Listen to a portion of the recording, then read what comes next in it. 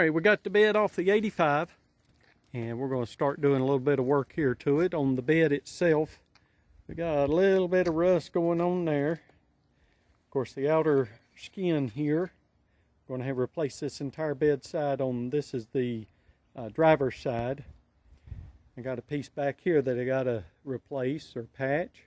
That side is in decent shape, except right at the bottom, it's rusted out a little bit. These three strips here, I'm hoping to be able to find them, replace these three. The front two are in decent shape. I'll clean them up. The bed itself, for the most part, is pretty good.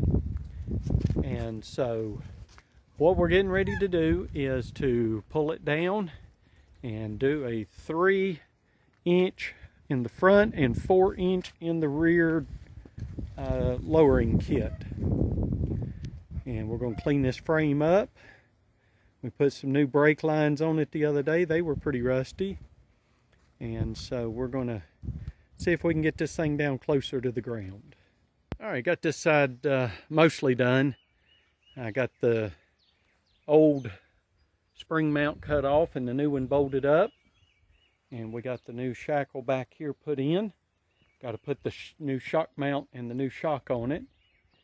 And then on this side, we've got this put in, and then up front I've got to cut that off. That's sitting right at the gas tank.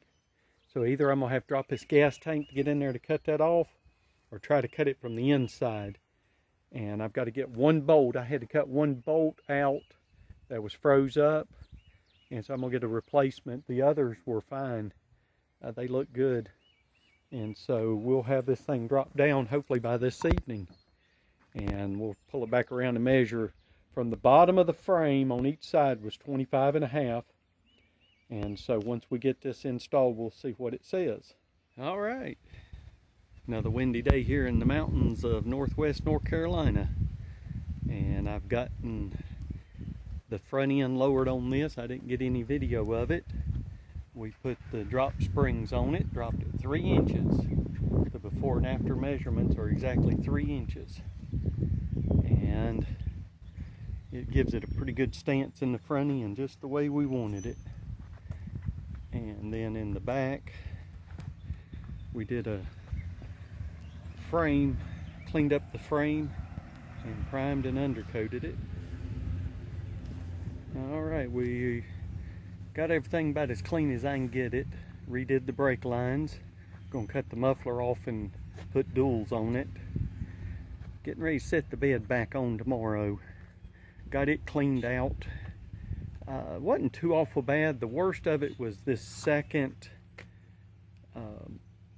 rail here was rusted on the ends. And I couldn't find that anywhere, so I just took and cut it at the rust spot and welded in new pieces. This was completely, or just about completely rusted away, and there was a big hole there.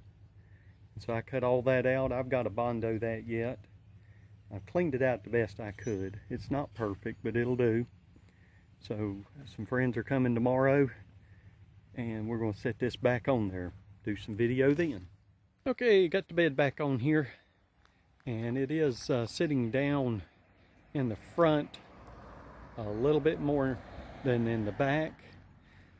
From the frame, bottom of the frame, it dropped it 4 inches in the back. By the measurements of that front fender, it was 3 inches in the front. There's less than a ½ inch difference right to left in the front as far as the way I measure it.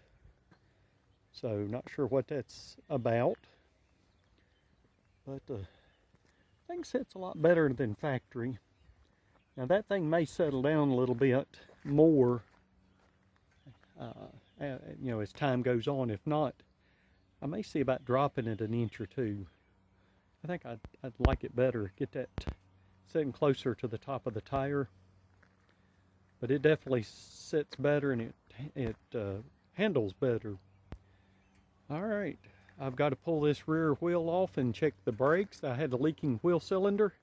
Those shoes got wet. I may have to replace the shoes on the back. We got to paint these 2 wheels red. We got a cruising coming up Saturday. All right, thanks for your interest. Bye-bye.